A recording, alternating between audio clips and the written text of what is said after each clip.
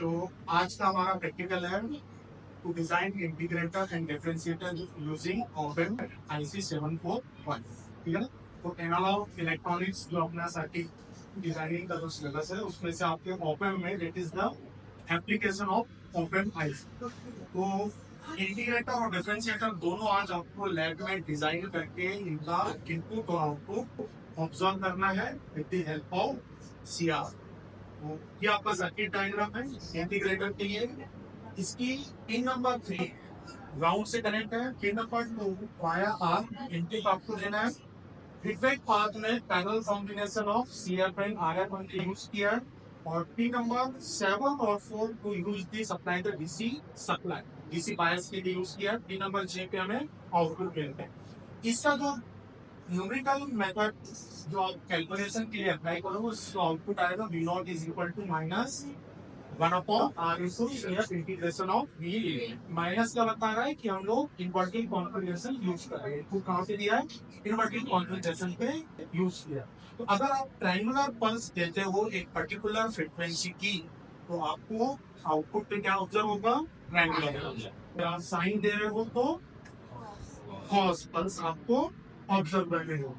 अब दिक्कत यह है कि प्रैक्टिकली जो आपका गेन है it is not depend on the input frequency. अगर आप कोई भी इनपुट फ्रीक्वेंसी लेते हो लो से लेके हाई तक तो ऑलवेज आपका जो आउटपुट है वो यही आना चाहिए। बट जब हम इसको ऑब्जर्व करते हैं तो हम ये देखते हैं कि लोअर और हायर फ्रीक्वेंसी पे इसका परफॉर्मेंस वैसा नहीं मिलता है जैसा हमें चाहिए। तो गेन वर्सेस फ्रीक्वेंसी का जब हम प्लॉट बनाते हैं तो हम ऑब्जर्व करते हैं, क्या ऑब्जर्व करते हैं कि जो एफएल है it is the lower cut off frequency. इसकी वैल्यू कितनी होती है? 1/2 सीएफ इनटू आरएन हर्ट्ज। इस लोअर फ्रीक्वेंसी के नीचे जो सर्किट है it is work as a inverting amplifier. इस work as a inverting amplifier. तो एफएल के नीचे ऑलवेज आपका सर्किट इन्वर्टिंग एम्पलीफायर की तरह काम करेगा। एफएल से लेके जो यूनिटी गेन फ्रीक्वेंसी है इसके बीच का आपका सर्किट इंटीग्रेटर की तरह काम करेगा। तो यूनिटी गेन फ्रीक्वेंसी कितनी होती है? यूनिटी गेन फ्रीक्वेंसी होती है 1/2 पाई CM into are.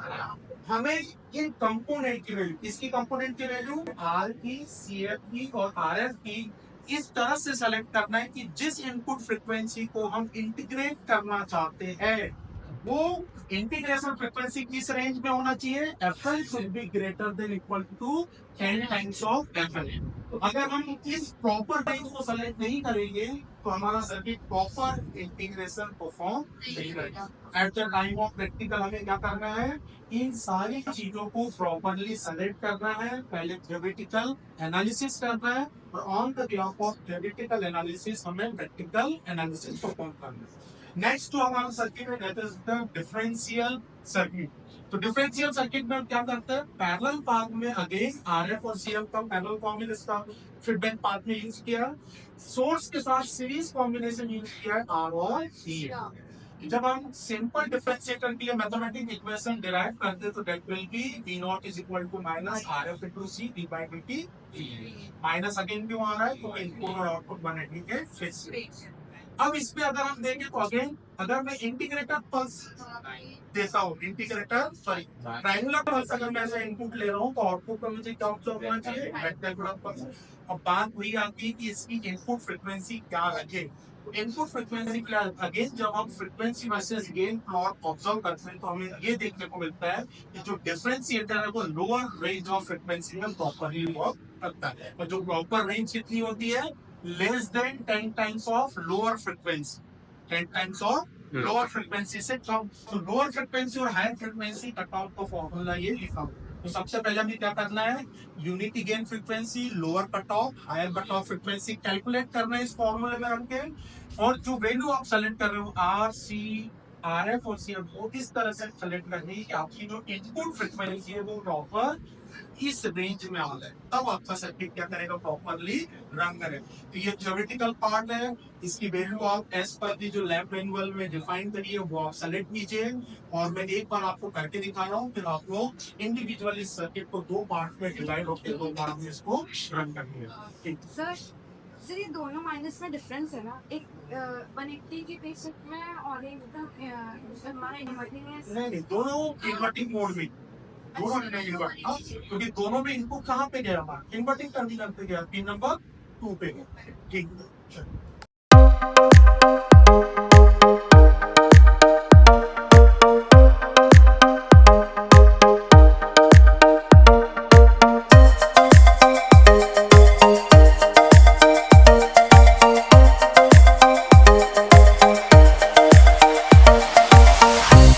Let's go to the तो workbench. जो हमने थ्योरी देखी थी उसके हिसाब से आप लोगों ने अभी जाके जो इंटीग्रेटर और डिफरेंशिएटर बाइट ब्रेडबोर्ड पे जो डिजाइन हम लोग की हम टेस्टिंग करते हैं, सीआरओ पे देखते हैं तो प्रॉपर आपका डिजाइन वही नहीं है। तो रिक्वायरमेंट क्या क्या है, हमें डीसी पावर सप्लाई चाहिए वीसीसी और माइनस वीई के लिए, वन फंक्शन जनरेटर चाहिए जो कि वी इन को जनरेट करेगा डिफरेंट फ्रिक्वेंसी और वोल्टेजेस के हिसाब से, और इनपुट और आउटपुट वेवफॉर्म को ऑब्जर्व करने के लिए हमें क्या चाहिए, डिजिटल ऑसिलोस्कोप सीआरओ।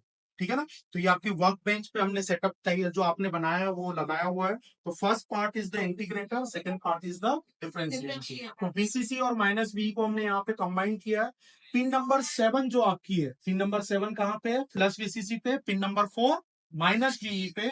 इनपुट हमारा इन्वर्टिंग टर्मिनल पे गया है और नॉन इन्वर्टिंग टर्मिनल हमारा ग्राउंड में। फीडबैक पाथ में क्या यूज किया है, सी और आर का पैरेलल। तो वैल्यू रखने के बाद इनपुट और आउटपुट जब हम ऑब्जर्व कर रहे हैं, हमने इनपुट क्या दिया, यहां से देखिए इनपुट हमने दिया रेक्टेंगुलर पल्स विथ आपकी 2 किलोहर्ट्ज फ्रीक्वेंसी है और 3 volt peak to peak voltage है। सीआरओ पे जब हम ऑब्जर्व कर रहे हैं तो ये आपकी लाइन कौन सी है, इनपुट वेवफॉर्म, और सेकंड वाली लाइन कौन सी है हमारी, आउटपुट वेवफॉर्म। मेजरमेंट के में तो हमें ये देखने को मिल रहा है कि इनपुट और आउटपुट चैनल की जो फ्रीक्वेंसी वो कितनी है, 2 किलोहर्ट्ज है, फ्रीक्वेंसी विल बी सेम, और एम्पलीट्यूड भी आपका मेजर हो। अब मैंने आपको थ्योरेटिकली बताया था कि लेस देन एफएल पे आपका जो सर्किट है वो किसकी तरह काम करता है, इन्वर्टिंग एम्पलीट्यूड। तो हम फंक्शन जनरेटर से इसकी फ्रीक्वेंसी को रिड्यूस करते हैं और ये ऑब्जर्व करते हैं कि क्या ऐसा होता है क्या सही में कि आपका जो फंक्शन जो वेवफॉर्म है वो आपकी रेक्टेंगुलर आनी चाहिए, क्या आनी चाहिए, रेक्टेंगुलर आनी चाहिए लोअर फ्रीक्वेंसी पे। देखिए ये आ गया। तो अब क्या देख रहे हैं हम कि जब मेरी फ्रीक्वेंसी 40 हर्ट्ज है तो इनपुट के बिहाफ में, रेक्टेंगुलर पल्स के बिहाफ में मुझे क्या मिल रही है, रेक्टेंगुलर पल्स ही मिल रही है, बट इन्वर्ट होके मिल रही है। जब इसकी पॉजिटिव साइकिल चल रही है तो इसकी कौन सी साइकिल चल रही है, निगेटिव, और निगेटिव के लिए पॉजिटिव। इसका मतलब है जब हमारी input frequency less than FL होती है तो हमारा जो सर्किट है इंटीग्रेटर वो किसकी तरह काम करता है, इन्वर्टिंग एम्पलीफायर। तो प्रॉपर अगर हमें इससे इन्वर्टिंग एम्पलीफायर डिजाइन करना है तो आपकी जो इनपुट फ्रीक्वेंसी वो प्रॉपर होनी चाहिए और जो आपने पैरामीटर रखे उसके हिसाब से ये आपकी फ्रीक्वेंसी आई। नेक्स्ट अब हम वेरीफाई करते हैं डिफरेंशियल एम्पलीफायर। नेक्स्ट जो आपका पार्ट है क्या है, डिफरेंशिएटर। तो इंटीग्रेटर के बाद हम डिफरेंशिएटर को टेस्ट करते हैं। अगेन डीसी पावर सप्लाई दी है, ये आपका फंक्शन जनरेटर है, सीआरओ है। As per the lab network जो आपने डायग्राम बनाया उसके हिसाब से इसका कनेक्शन करने के बाद हम आउटपुट और इनपुट को ऑब्जर्व कर रहे हैं। तो आउटपुट हमारा क्या आ रहा है, इम्पल्स पल्स आ रही है। कब, जब इनपुट हमने क्या दिया है, रेक्टेंगुलर, क्योंकि रेक्टेंगुलर पल्स का डिफरेंशिएशन क्या होता है, इम्पल्स पल्स होती है ना। अगर हम यूटी का डिफरेंशिएशन सॉरी डिफरेंशिएटर करेंगे तो हमें क्या मिलेगा, इम्पल्स, डेल ऑफ टी मिलेगा। तो यहां से अगर हम इसकी फ्रीक्वेंसी चेक करें तो अगेन आपकी ये फ्रीक्वेंसी और ये, अगर हम इसमें फ्रीक्वेंसी को बढ़ा, क्योंकि इसकी लोअर रेंज पे आपका डिफरेंशिएटर अच्छे से काम करता है, अगर हम फ्रीक्वेंसी को बढ़ाते हैं तो आप देखोगे कि फ्रीक्वेंसी बढ़ाने पे जो आपका आउटपुट है वो क्या हो रहा है, डिस्टॉर्ट होते जा रहा है। ये देखो अब जो आपकी इम्पल्स पल्स है वो क्या हो रही है, डिस्टॉर्टेड होती है।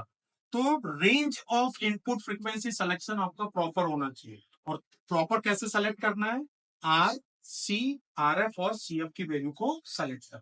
ठीक है। तो आपका पार्ट है क्या है, डिफरेंशिएटर। तो इंटीग्रेटर के बाद हम डिफरेंशिएटर को टेस्ट करते हैं। अगेन डीसी पावर सप्लाई दी है, ये आपका फंक्शन जनरेटर है, सीआरओ है।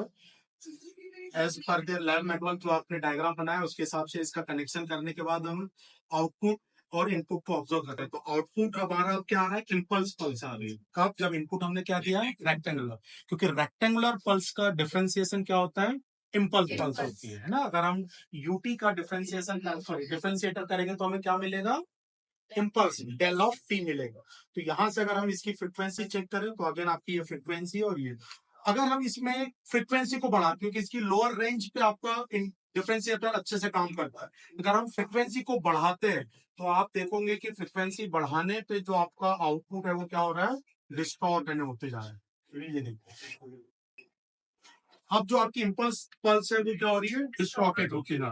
तो range of input frequency selection आपका प्रॉपर होना चाहिए, और प्रॉपर कैसे सेलेक्ट करना है, आर सी आर एफ और सी एफ की वैल्यू को सेलेक्ट कर, ठीक है। Thanks for watching.